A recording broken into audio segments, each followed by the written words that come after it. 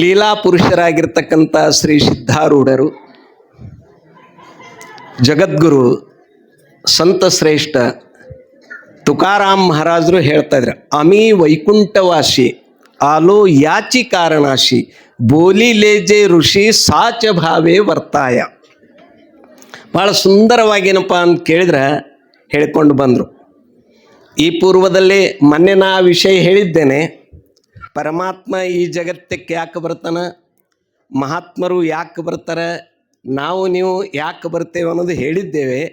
ಅದೇ ವಿಷಯ ಇವತ್ತು ಮತ್ತು ನಮ್ಮ ಶಿವಪುತ್ರ ಸ್ವಾಮಿಗಳು ಕೂಡ ಭಾಳ ಚೆನ್ನಾಗಿ ಹೇಳಿದರು. ಇರಲಿ, ಆದರೆ ಇಲ್ಲಿ ಜಗದ್ಗುರು ತುಕಾರಾಮ್ ಮಹಾರಾಜರು ಇವತ್ತು ಭಾಳ ಅವಶ್ಯವಾಗಿರ್ತಕ್ಕಂಥ ಅವರು ಹೇಳಿದಂಥ ಅಭಂಗ, ಅಮಿ ವೈಕುಂಠವಾಸಿ. ನಾವು ಎಲ್ಲಿರ್ತೇವೆ ಅನ್ನೋದು ಅದು ಅಡ್ರೆಸ್ ಹೇಳ್ಯಾರ, ಅವರು ಪತ್ತ ಹೇಳ್ಯಾರ.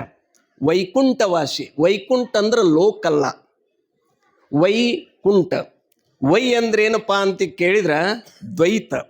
ಕುಂಠ ಅಂದ್ರೆ ಈ ನಿಮ್ಮ ಪಾರಿಜಾತ ನಾಟಕದಾಗ ಏನೇನೋ ಅದರ ಅರ್ಥ ಮಾಡ್ತಿರ್ತಾರೆ. ಕುಂಠ ಅಂದ್ರೆ ಅಲ್ಲಿ ದ್ವೈತಕ್ಕೆ ಅವಕಾಶವಿಲ್ಲ. ಹಿಂಗೆ ಅದ್ವೈತ ಸ್ಥಿತಿಯಲ್ಲಿ, ನಿರ್ಗುಣ ನಿರಾಕಾರವಾಗಿರ್ತಕ್ಕಂಥ ಸ್ಥಿತಿಯಲ್ಲಿ ಇರ್ತಕ್ಕಂಥ ಮಹಾತ್ಮರು ಈ ಜಗತ್ತಕ್ಕೆ ನಾವು ಯಾಕೆ ಬಂದಿದ್ದೆವು ಅನ್ನೋದನ್ನು ಈ ಅಭಂಗದಲ್ಲಿ ಹೇಳ್ಯಾರವರು.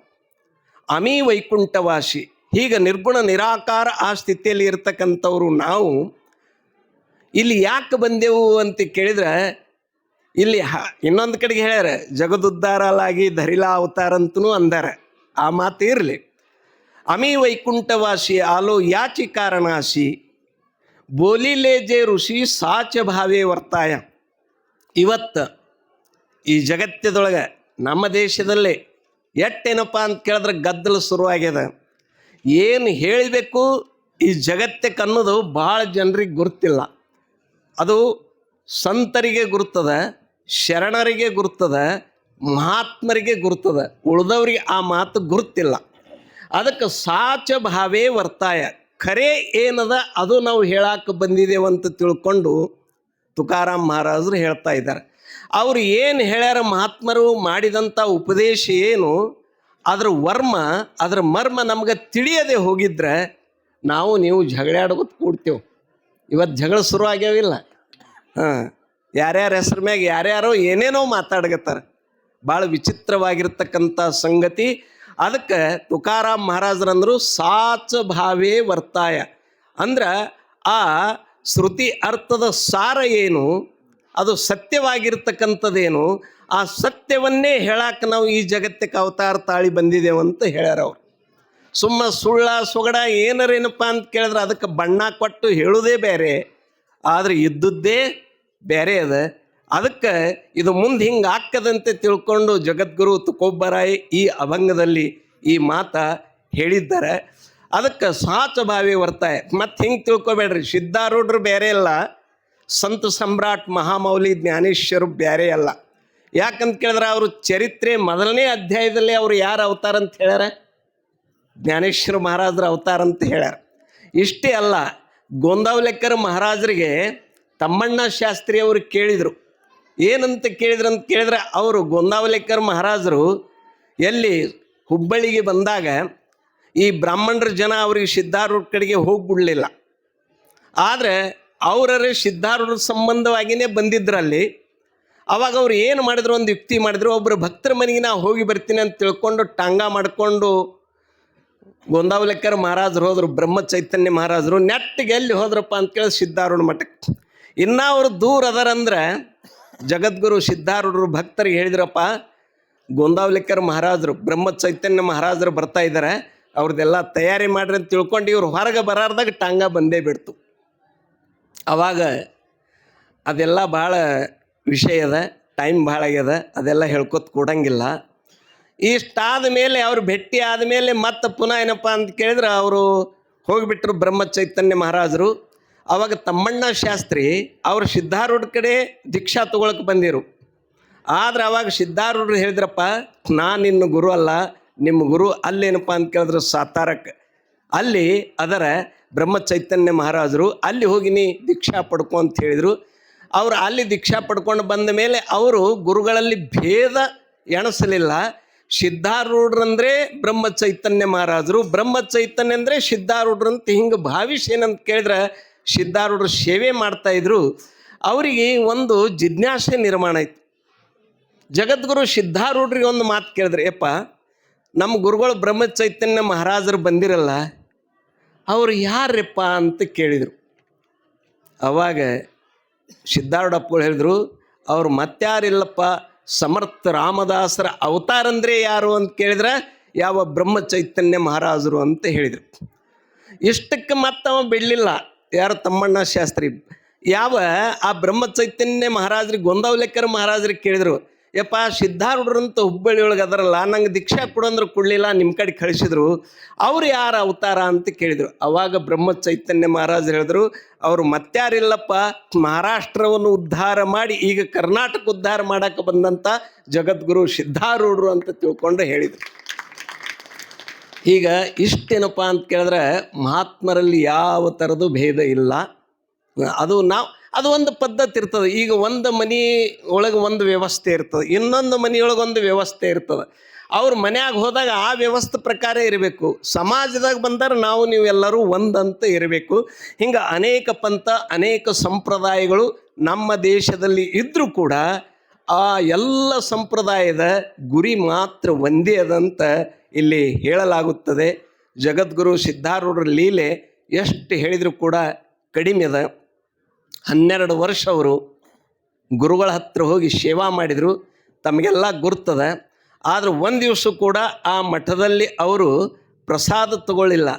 ಊರಾಗ ಹೋಗಿ ಭಿಕ್ಷಾ ಬೇಡಬೇಕು, ನೀರಿದ್ದಲ್ಲಿ ಹೋಗಿ ಏನಂತ ಕೇಳಿದ್ರೆ ಪ್ರಸಾದ ಮಾಡಬೇಕು, ಬಂದೇನಪ್ಪ ಅಂತ ಕೇಳಿದ್ರೆ ಗುರುಸ್ಥಾನದಲ್ಲಿ ಗುರುಮಠದಲ್ಲಿ ಬಂದು ಸೇವಾ ಮಾಡಬೇಕು. ಹಿಂಗೆ ಆ ಗಜದಂಡ ಮಹಾಸ್ವಾಮೀಜಿಯವರಿಗೆ ಆ ಜಗದ್ಗುರು ಸಿದ್ಧಾರೂಢರು ಯಾರು ಅನ್ನೋದವ್ರು ಮೊದಲೇ ಕಂಡು ಹಿಡಿದರು.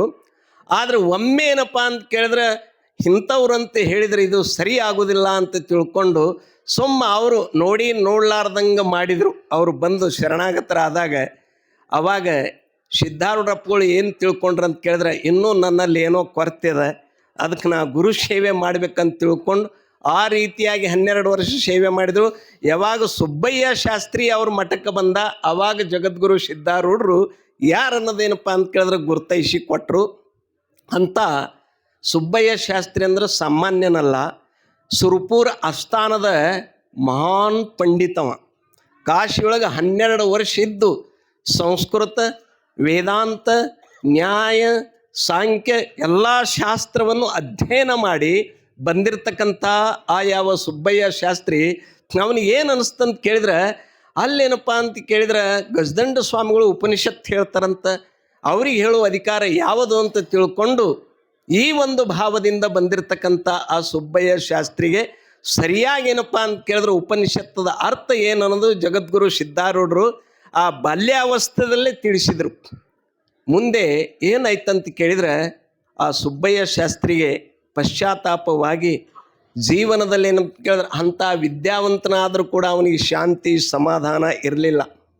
ಅವಾಗ ಕಡೆಗೆ ವಿಚಾರ ಮಾಡಿದ, ನನಗೆ ಸಮಾಧಾನ ಶಾಂತಿ ಸಿಗಬೇಕಾಗಿದ್ರೆ ನಾ ಯಾರ ಜೊತೆಗೆ ವಾದ ವಿವಾದ ಮಾಡಿದ್ದೇನೆ ಅಂತ ಸಿದ್ಧಾರೂಢರಿಗೆ ಭೇಟಿ ಆಗ್ಬೇಕಂತ ತಿಳ್ಕೊಂಡು ಬಂದು ಚೌಕಶಿ ಮಾಡಿದಾಗ ಅವ್ರು ತೀರ್ಥಯಾತ್ರೆಗೆ ಹೋಗ್ಯಾರಂತ ತಿಳಿದಾಗ ಆ ಸುಬ್ಬಯ್ಯ ಶಾಸ್ತ್ರಿನೂ ಕೂಡ ತೀರ್ಥಯಾತ್ರೆ ಮಾಡ್ತಾ ಮಾಡ್ತಾ ಮಾಡ್ತಾ ಕಡೆಗೇನಪ್ಪ ಅಂತ ಕೇಳಿದ್ರೆ ಎಲ್ಲಿ ಬಂದನಂತ ಕೇಳಿದ್ರೆ ಹುಬ್ಬಳ್ಳಿಗೆ ಬಂದನು. ಅವನ ಅವಸ್ಥೆ ವಯಸ್ಸಾಗಿತ್ತು, ಜೀರ್ಣ ಶೀರ್ಣವಾಗಿರ್ತಕ್ಕಂಥ ಅವಸ್ಥೆ.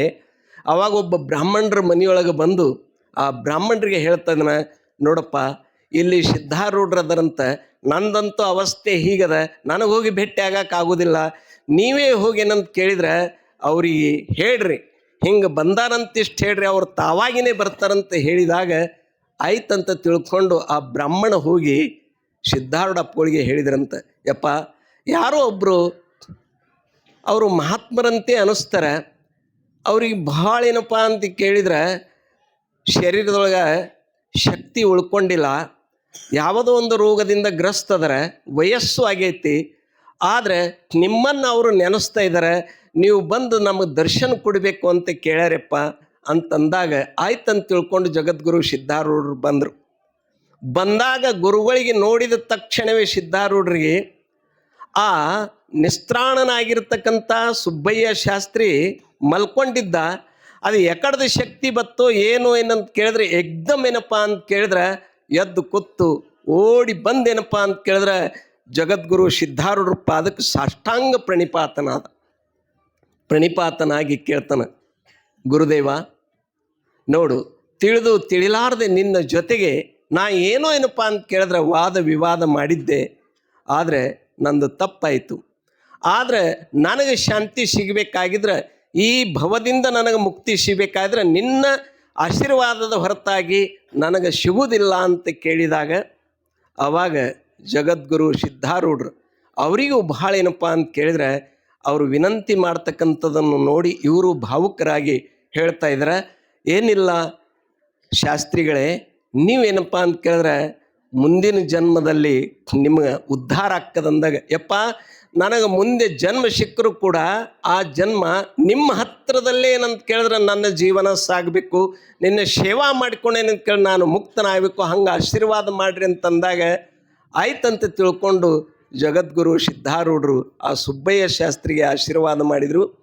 ಆ ಪ್ರಕಾರವಾಗಿ ಮುಂದೇನಂತ ಕೇಳಿದ್ರೆ ಆ ಶಿವಪುತ್ರಪ್ಪಗಳ ತಾಯಿ ತಂದೆಯವರು ಗರಗದಲ್ಲಿ ಮಡಿವಾಳಪ್ಪ ಅವರು ಸೇವಾ ಮಾಡಿದರು. ಆ ಸೇವೆ ಕಂಡೇನಂತ ಕೇಳಿದ್ರೆ ಒಂದು ದಿವಸ ಮಡಿವಾಳಪ್ಪ ಅವರು ಅವರಿಬ್ಬರಿಗೆ ದಂಪತಿಗಳಿಗೆ ಆಶೀರ್ವಾದ ಮಾಡಿದರು, ನಿಮ್ಮ ಹೊಟ್ಟೆಯಲ್ಲಿ ಇಂಥ ಒಬ್ಬ ಪುತ್ರ ಹುಟ್ಟಿ ಬರ್ತಾನೆ, ಮಹಾವಿದ್ವಾಂಸನಾಗ್ತಾನೆ, ಮಹಾತ್ಮನಾಗ್ತಾನೆ, ಜಗತ್ತೆ ಉದ್ಧಾರ ಮಾಡ್ತಕ್ಕಂಥವನು ಬರ್ತಾನಂತ ತಿಳ್ಕೊಂಡು ಆಶೀರ್ವಾದ ಮಾಡಿದರು. ಆವಾಗ ಮುಂದೆ ಅವರಿಗೆ ಆ ಪುತ್ರತ್ನವಾಯಿತು. ಅವ್ರು 12 ವರ್ಷದವ್ರು ಇದ್ದಾಗೆ ಲಗ್ನ ಮಾಡಿದರು. ಆದರೆ ಅದು ತಾಯಿ ತಂದೆಗೆ ಏನು ಗುರ್ತಾ, ಮುಂದೇನಂತ ಕೇಳಿದ್ರೆ ಶಿವಪುತ್ರಪ್ಪಗಳು ಇಲ್ಲಿ ಹುಬ್ಬಳ್ಳಿಗೆ ಬಂದು ಜಗದ್ಗುರು ಸಿದ್ಧಾರೂಢರಿಗೆ ಶರಣಾಗತರಾದರು. ಆವಾಗ ಜಗದ್ಗುರು ಸಿದ್ಧಾರೂಢರು ಕಂಡು ಹಿಡಿದ್ರು, ಇವನೇ ಏನಪ್ಪ ಅಂತ ಕೇಳಿದ್ರೆ ಸುಬ್ಬಯ್ಯ ಶಾಸ್ತ್ರಿ ಶಿವಪುತ್ರ ಅಂತ ಹೇಳಿ ಬಂದಾನಂತ ತಿಳ್ಕೊಂಡು ಅವ್ರನ್ನ ಕರ್ಕೊಂಡು ಅವ್ರದ್ದೆಲ್ಲ ಲಕ್ಷಣಗಳನ್ನು ಕಂಡು ಹಿಡಿದು ಅವರಿಗೆಲ್ಲ ಏನಂತ ಕೇಳಿದ್ರೆ ನಿಜಗುಣ ಶಾಸ್ತ್ರ ಏನು ಅನ್ನೋದು ಹೇಳಿಕೊಟ್ರು. ಮತ್ತು ಒಳ್ಳೆಯನಪ್ಪ ಅಂತ ಕೇಳಿದ್ರೆ ಸಂಸ್ಕೃತ ಪಂಡಿತರ ಹತ್ರ ಅವ್ರನ್ನ ಇಟ್ಟು ಸಂಸ್ಕೃತ ಓದಿಸಿದ್ರು. ಇಷ್ಟೆಲ್ಲ ಆದಮೇಲೆ ಏನಂತ ಕೇಳಿದ್ರೆ ಯಾವಾಗ ಏನಂತ ಕೇಳಿ ಶಿವಪುತ್ರಪ್ಪಗಳು ಬಂದು ಸಿದ್ಧಾರೂಢಪ್ಪಗಳ ಪಾದಕ್ಕೆ ಬಿದ್ದು, ಯಪ್ಪ ಇನ್ನು ಏನು ಸೇವಾ ಮಾಡಬೇಕಂದ್ರೆ ಏನಿಲ್ಲಪ್ಪ, ನೀ ಈ ನಿಜಗುಣವರ ಶಾಸ್ತ್ರಕ್ಕೆ ಏನಂತ ಕೇಳಿ ಟೀಕಾ ತಾತ್ಪರ್ಯ ಬರಿಬೇಕಂತ ಹೇಳಿದಾಗ ಆವಾಗ ಈ ನಿಜಗುಣವ್ರ ಶಾಸ್ತ್ರ ಏನೋ ಎಂತೋ ಅನ್ನೋದು ಯಾರಿಗೂ ಗುರುತಿರಲಿಲ್ಲ.